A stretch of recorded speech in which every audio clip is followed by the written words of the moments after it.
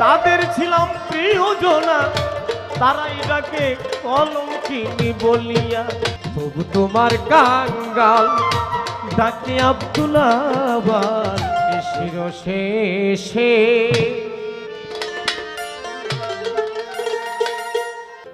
আমার সবুর সয়েছে আজ নিশিরশেষে। আমার জাহাঙ্গীর বাবা এসে বুকেতে নিবে আমায় জড়াইয়া জড়াইয়া।